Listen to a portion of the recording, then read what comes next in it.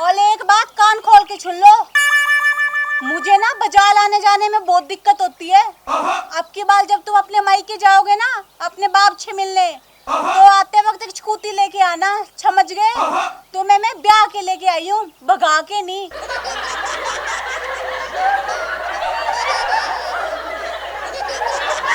गुलाबो, मेरे पिताजी ने तुम्हें दहेज में ट्रैक्टर तो दिया था। मेरे पिताजी के पास अब और कुछ नहीं बचा। तुम गुलाबो दहेज की मांग मत करो। बाबुल की दुआएं लेता जा, जा तुझको सुखी संसार मिले। बाबुल की दुआएं लेता जा, जा तुझको सुखी संसार मिले। मायके की कभी ना याद आए, जा तुझको सुखी परिवार मिले। तन्ने बदलूंगी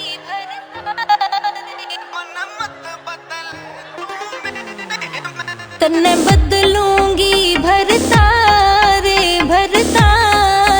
इस हसनापुर के मेले में। कुछ कहे सुनेगी मान रहमान, मन मत बदले। बाबुल की दुआएं लेता जा, जा तुझको सुखी संसार मिले। बाबुल की दुआएं लेता जा, जा तुझको सुखी संसार मिले।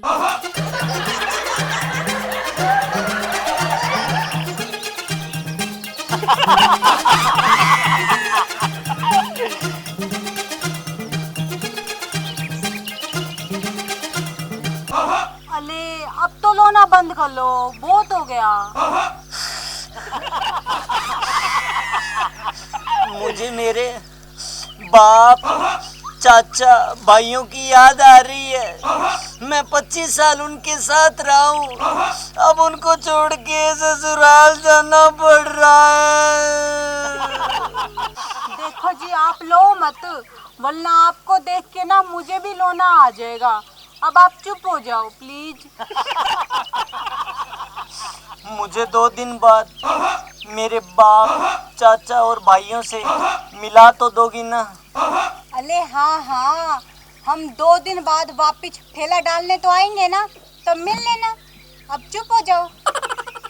देखो मेरी एक बात सुनो, लड़की को भी तो एक दिन अपने माँ बाप का घर छोड़ के ससुराल जाना पड़ता है ना, तो फिर पता नहीं ससुराल में आगे जाके उसको कैसी छाछ मिले, कैसा छछुर मिले, कैसा जेठ मिले, पता नहीं कैसी जेठानी मिले, ये भी नहीं मालूम उसकी ननद कैसी हो, उसका देवर कैसा हो। एक दिन तो ये होना ही है, तो अब आप चुप हो जाओ। मुझे भी तो पता नहीं आगे जाके कैसे सास ससुर मिलेंगे, कैसे साला साली मिलेंगे। अले अब आप चुप हो जाओ। जब आप घर जाओगे ना, तो आपको छछुल के रूप में पिताजी मिलेंगे, और छाछ के रूप में माँ मिलेगी, और आपको छाले के रूप में भाई मिलेगा, और छाली के रूप में साली के रूप में बहन मिलेगी ना? अरे आप भी ना, बहन नहीं छाली। आप ही तो अभी कह रहे थे ससुर के रूप में बाप मिलेगा, माँ के रूप में सासू मिलेगी, देवर के रूप में भाई मिलेगा, और साली के रूप में बहन ही तो हुई। अले अच्छे तो रिश्ता ही खराब हो जाएगा ना। अगर वो आपकी बहन लगेगी तो फिर मैं आपकी क्या लगी? बड़ी बहन। ए लाम, फूटी किस्मत मेरी।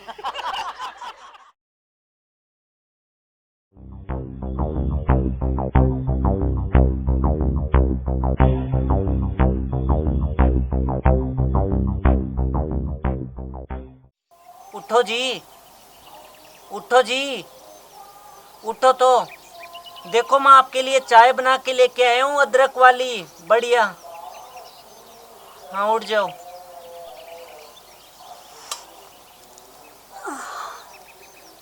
ये लो चाय, अदरक वाली है। आप चाय पी के नहा लेना जी। मैंने पानी वहाँ चूल्हे पे रख दिया है और इतनी देर में मैं झाड़ू पोछा कर लेता हूँ। और जैसे ही आप तैयार हो जाओगे मैं आपके लिए नाश्ता तैयार कर दूँगा, ठीक है जी? ठीक है।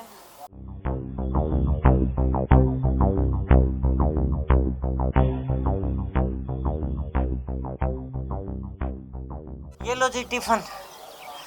और है ना, खाना टाइम पे खा लेना। आप काम में इतना व्यस्त रहते हो, बेवक्त खाना खाते हो, उस वजह से आप कितने दुबले पतले होते जा रहे हो।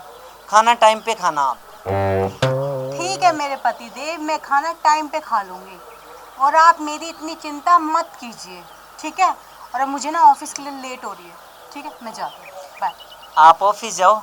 और है ना, मुझे अभी बर्तन भी धोने हैं और बहुत सारे कपड़े धोने पड़े हैं, ठीक है? चलिए बाय।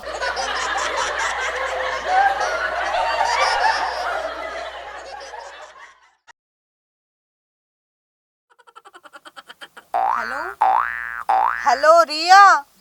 हाँ माँ। आप रो क्यों रही हो? क्या बताऊं बेटी। अरे तूने ये कैसा पति ढूंढ लिया? क्या? अरे उसने मुझे धक्के मार के घर से बाहर निकाल दिया। मैं बताती हूँ उन्हें। ठीक है, आप चिंता मत कीजिए, मैं अभी बात करती हूँ उनसे। ठीक है।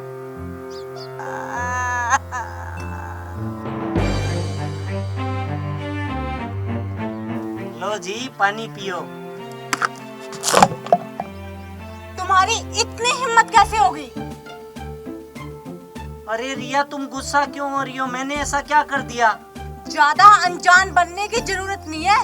तुम्हारी इतनी हिम्मत कैसे होगी कि तुमने मेरी माँ को घर से निकाल दिया? नहीं रिया, मैंने ऐसा कुछ भी नहीं किया, मैं सच बोल रहा हूँ। तुम अभी मेरे घर से निकल जाओ, समझे? रिया मैं तुम्हारी कसम खा के कहता हूँ, मैंने सासू माँ को घर से नहीं निकाला। मेरी झूठी कसम खाने की कोई जरूरत नहीं है, समझे? रिया तुम मेरी बात पे यकीन क्यों नहीं कर रही हो? मैं सच बोल रहा हूँ। तो फिर क्या मेरी माँ झूठ बोल रही है? मेरी माँ कभी भी झूठ नहीं बोल सकती। अब तुम फटाफट इस घर से निकल जाओ। अब खड़े खड़े मेरा मुंह क्या देख रहे हो? जाओ यहाँ से। सुनाई नहीं देता, बहरे हो क्या?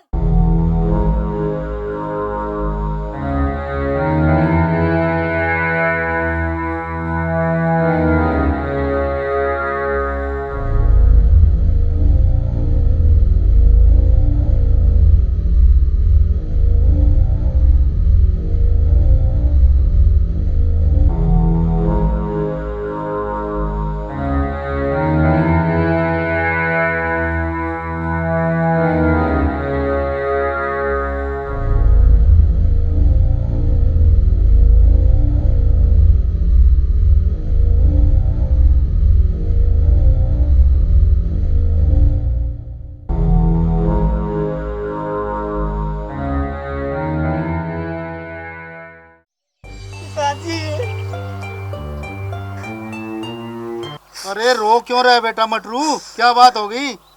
बहू नहीं आई तेरे साथ क्या? पिताजी मैं अपना ससुराल छोड़ के आया हूँ।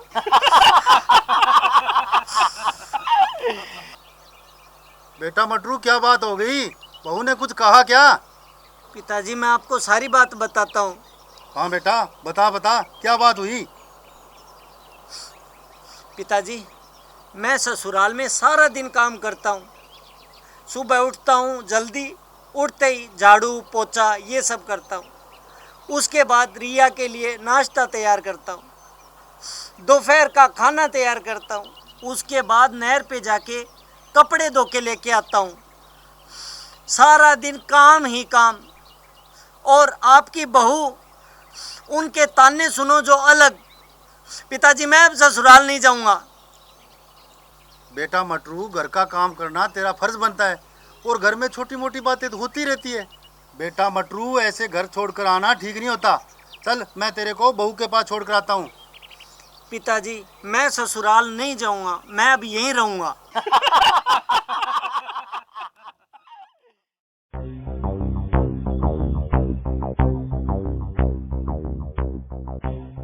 जीती रहो बेटा। और बहू कैसे हो? बैठो बेटा।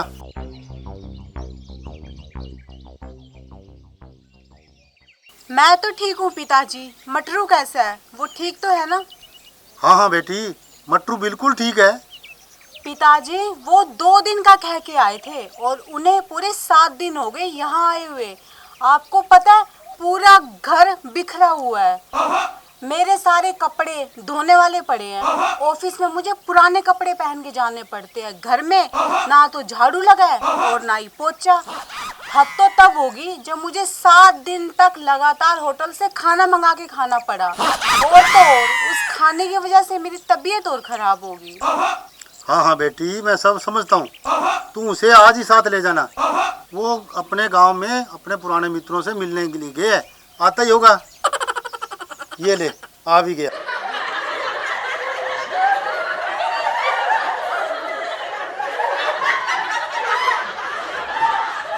क्या भाई, मेरे बिना मन लग गया था क्या?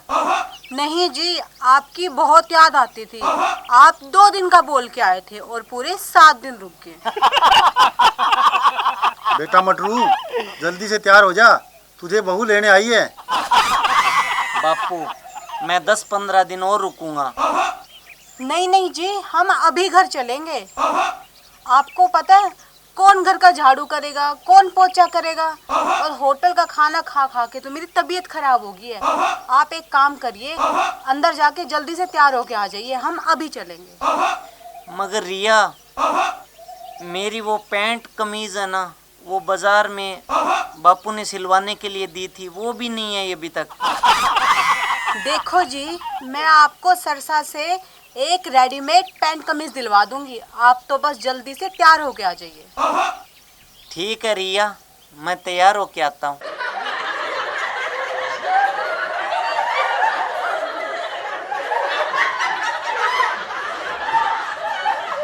और बहू, तुम्हारी सर्विस कैसे चल रही है?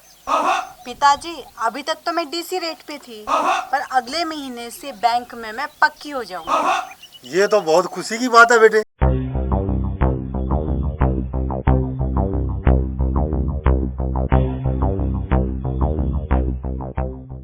चलो रिया, मैं तैयार हो गया।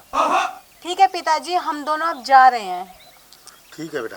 बाबुल की दुआएं लेता जा, जा तुझको सुखी संसार मिले, मायके की कभी ना याद आए, जा तुझको सुखी परिवार मिले।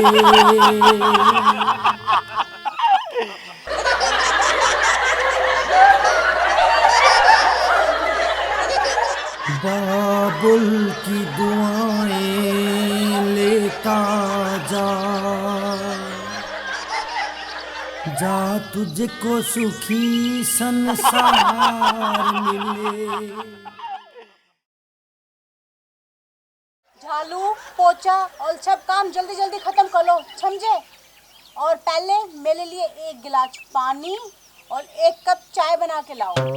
तुम्हें पता है आज मैं पड़ोस में कहानी सुनने जा रही हूँ। मेला कलवा चौथ का व्रत है।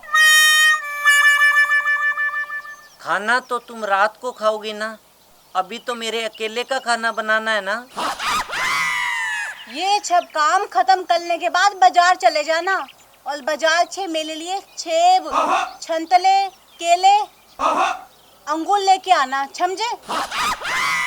ये सब काम तो बहुत मुश्किल है, मेरे से नहीं होंगे। अच्छा मुश्किल है तो हम बोलते ये काम इतनी आसानी से कैसे कर लेती है चुटकियों में? और एक बात कान खोल के सुन लो, मुझे ना बाजार आने जाने में बहुत दिक्कत होती है। अब की बार जब तुम अपने मायके जाओगे ना अपने बाप से मिलने, तो आते वक्त एक स्कूटी लेके आना, समझ गए? तुम्हें मैं ब्याह के लेके आई हूँ, भगा के नहीं।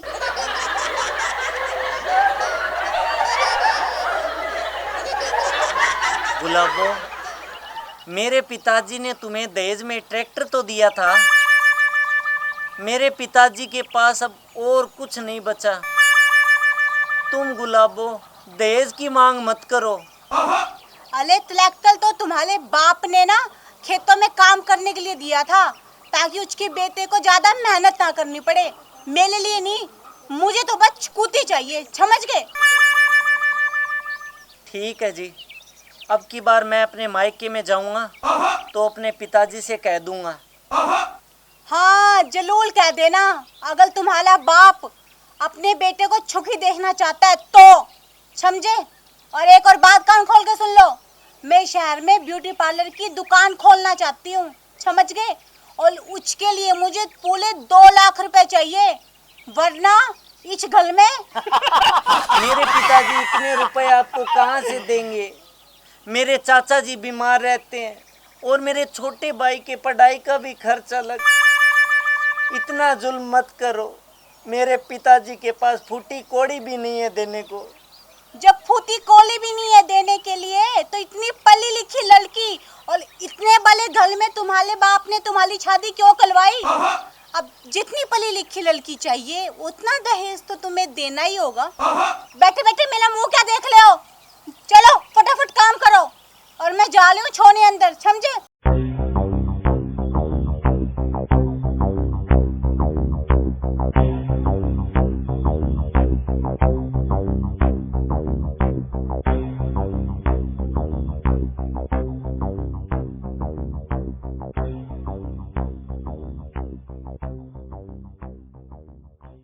पाए लागू पिताजी। बेटा मैंने सोचा मटरू को ससुराल गए बहुत दिन हो गए, सोचा मिल ही आऊं, इसलिए चला आया। पिताजी आपकी बहू। हाँ बेटा मैंने सब सुन लिया है। पाए लागू पिताजी।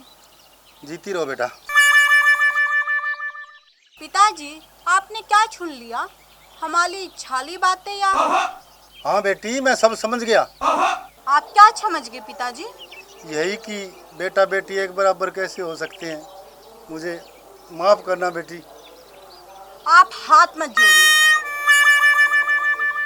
जब बात अपने बेटे पे आई तो एक पिता ने हाथ जोड़ लिए। तो जरा सोचिए उन बेटियों का क्या होता होगा जब दहेज के नाम पे उन्हें जिंदा जला देते हैं। उनके माँ बाप पे क्या गुजरती है ये कोई नहीं सोच सकता।